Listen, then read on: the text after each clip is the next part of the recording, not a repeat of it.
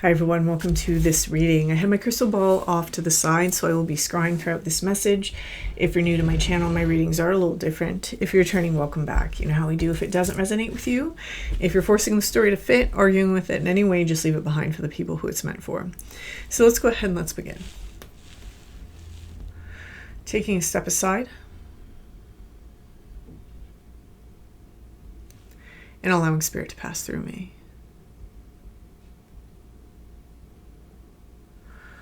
Opening up to receive information. Okay, I'm seeing two towers. This is bringing me into the moon card. The two towers on the moon card, alchemically, or the Athenors. So this represents a double process is happening, which is why it's often read as like tumultuous emotions. On one hand, you have the heating process. On the other hand, you have the cooling process. One domesticates, the other one makes feral. Or there's this energy that's coming through that's like two simultaneous things are occurring within our emotions. So on one hand, you may feel like you've recently liberated yourself from something, but now you're going through the grieving process of that liberation. You may even be angry while also missing someone. There's two separate things that are taking place right now inside the emotions. And this situation seems like it is requiring somebody to display a little bit more grace towards the self, okay?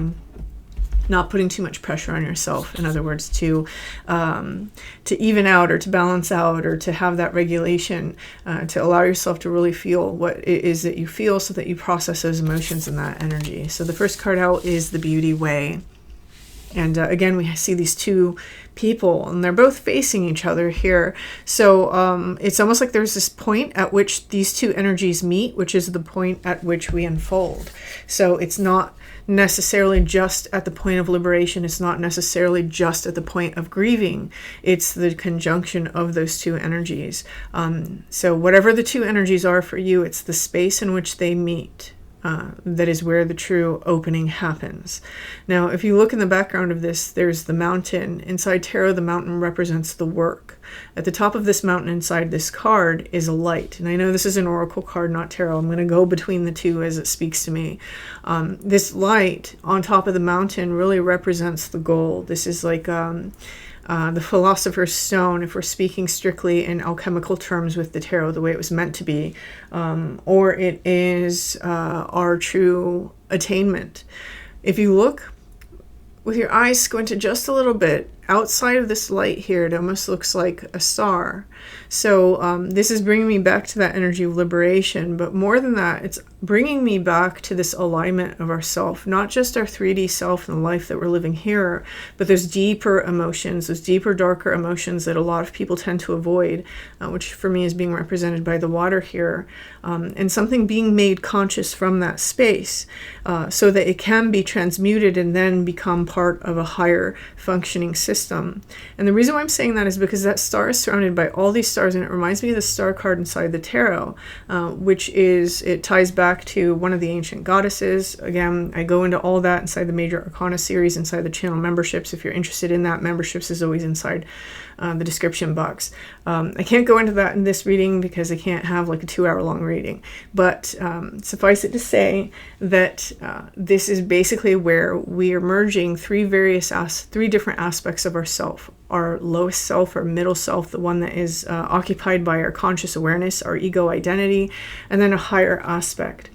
And there's a certain sense of alignment that's happening where these two emotions happen. Again, going back to the idea of the liminal, which we talk about quite a bit here recently. In that meeting point, there's a liminal space. And in that liminal space, this is where certain truths emerge. So holding space to have this double process happen. Someone is probably awakening some very deep energies at this time. You may be experiencing these deep energies as intense emotions, intense memories. They might translate in your mind, depending how your mind works, as past life experiences or otherworld experiences or interdimensional experiences. This is basically the aperture through which information can be made conscious to you.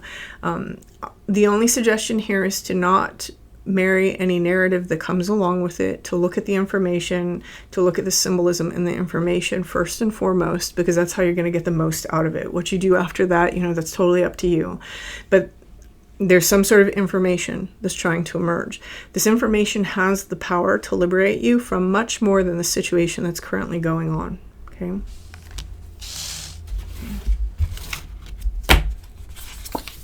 Okay. Crown chakra upgrade, divine connection, holy experiences, miraculous energy. And this is really what I'm feeling. It's like a connection to a higher part of ourself, a higher version of ourself that isn't bogged down by particular baggages or complexes or lenses or experiences. We're really having a moment here where we have this sort of liminal space where we can touch the divine within us. It's almost like being able to see through to the true self, to the authentic self, almost like the true supreme consciousness within is able to emerge within this space. You may be finding that there are things that you feel compelled towards, things that you want to do, things that maybe you've thought of off and on leading up to this moment, but now it's starting to be a little louder. And this is a really good time to ask yourself if maybe you should listen to those, because for some of you, that's going to be this sort of divine inspiration that's coming through from deeper wells of self. Okay. Okay, let's see.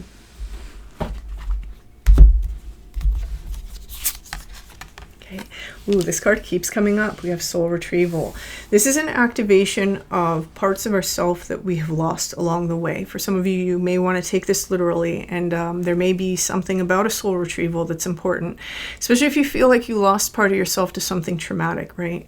If you don't know how to go about that, it's equally just as beneficial if you just start remembering the things that you want to do, the ways that you things that you used to enjoy, aspects of yourself that you used to display, things that you used to express, and try working through that energy, try displaying that energy. When we become the vibration, that soul shard naturally returns to us, if that's something that you're concerned about.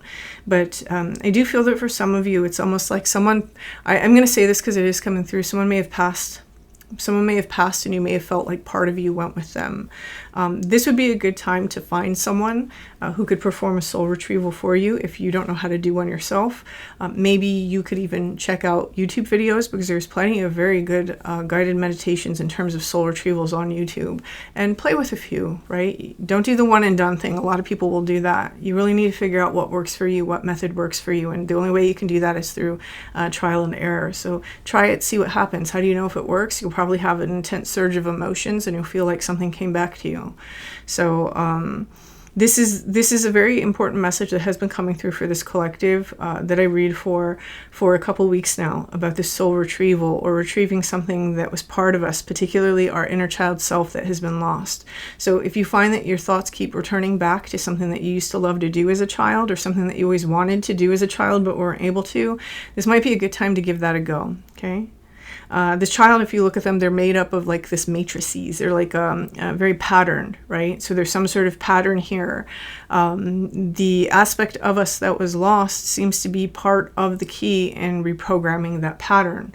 And so as you're having this sort of double process take place right now, these conflicting emotions or conflicting experiences, just remember, in the space, maybe it's a quiet that happens between those two. Maybe it's a place where you're holding space for both of them at once.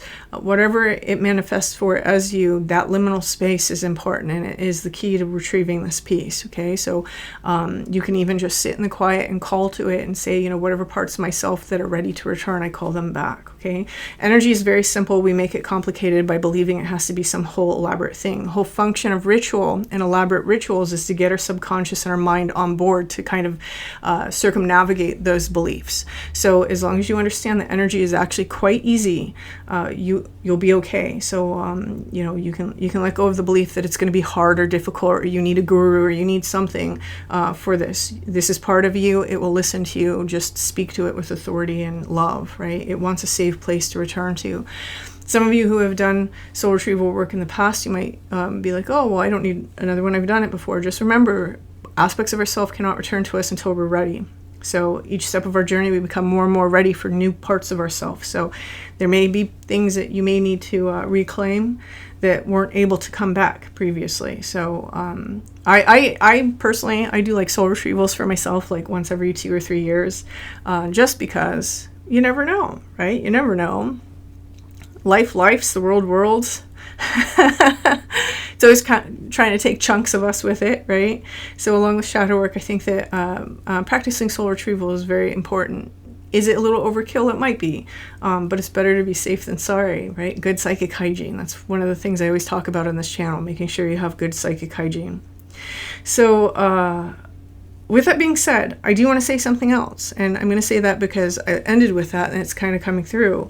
If you're somebody who you engage in like spirit work or you engage in energy work, make sure that you're always calling your energy back to yourself. You're not leaving it out into the universe all willy-nilly. This is a great way to have poltergeist phenomenon manifest or to feel drained all the time. And so make sure that you spend a moment each time calling your energy and your power back to yourself, okay? It doesn't mean you're leaving somebody sick and lame. It just means that the energy is supposed to do what it's supposed to do, and then now whatever energy is actually your personal energy is meant to come back to you. Okay. There's something here about a person, and this is very specific, so this isn't going to be for everybody. There's something here about someone who's creating a new healing modality. There's something from your childhood that needs to be incorporated inside this healing modality, and that's why you may be feeling stuck regarding this, okay?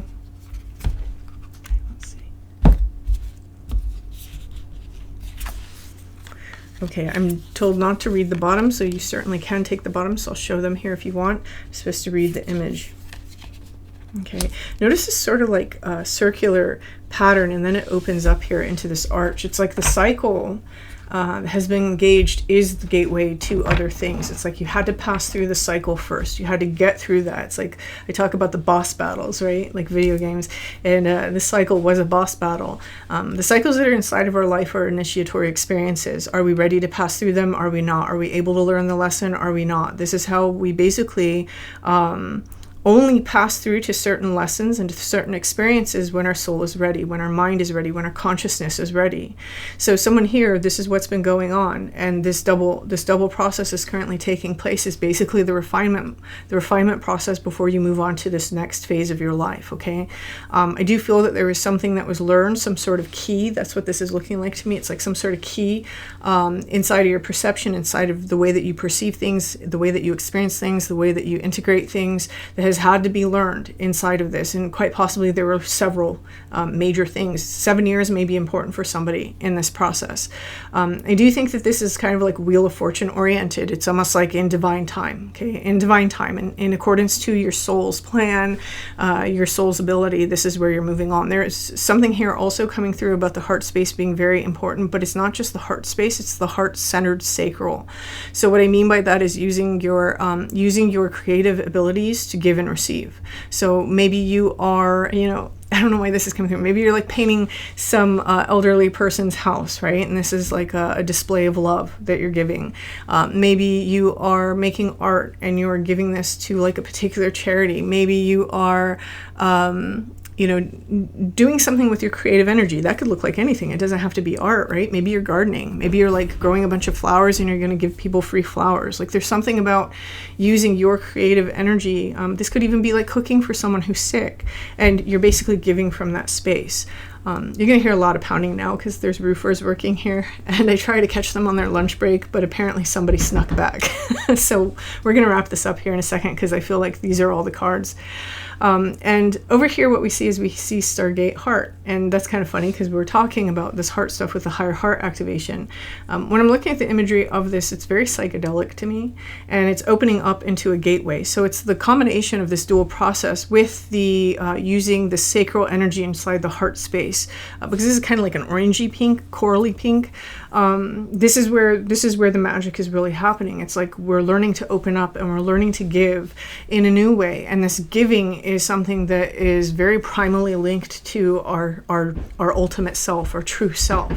So in this space of this double process, big time for manifestation, big time to receive more information, to receive inspiration for the future process that you're about to take. Maybe it is figuring out what it is that you feel like your mission is. This is a great time to figure that out. As above, so below is going to be a very big theme for somebody at this time. And we see that here with what most people call the Merkaba star. This is a very important time of not just understanding the greater patterning at hand, because there is a cosmic pattern that's happening inside of somebody's life with these energies.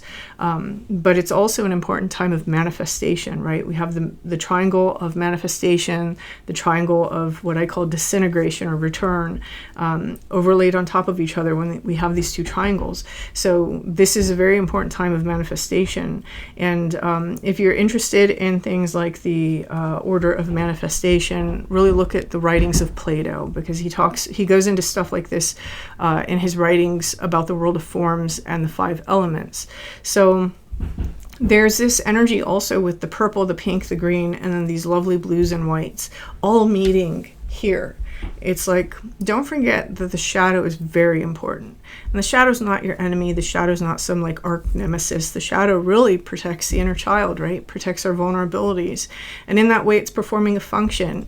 Maybe it's a very important function that you didn't have other people do for you. So spend time honoring that part of yourself. Spend time, maybe light a candle or say a prayer, pray a blessing over that part of yourself. There's amazing things start to unfold when we really partner with the darkness within us, when we partner with the things that maybe we don't necessarily like, and we give it space and we give it love and attention. And for someone, that is going to be the key for some aspect to return, okay? I feel that that's especially true for those of you who are magically oriented and there's something about your abilities that have since kind of waned. All right, so I'm going to leave this here. And whoever's message this is, I wish you the best of luck with this. Feel free to like this video. Feel free to leave me a comment. And until next time.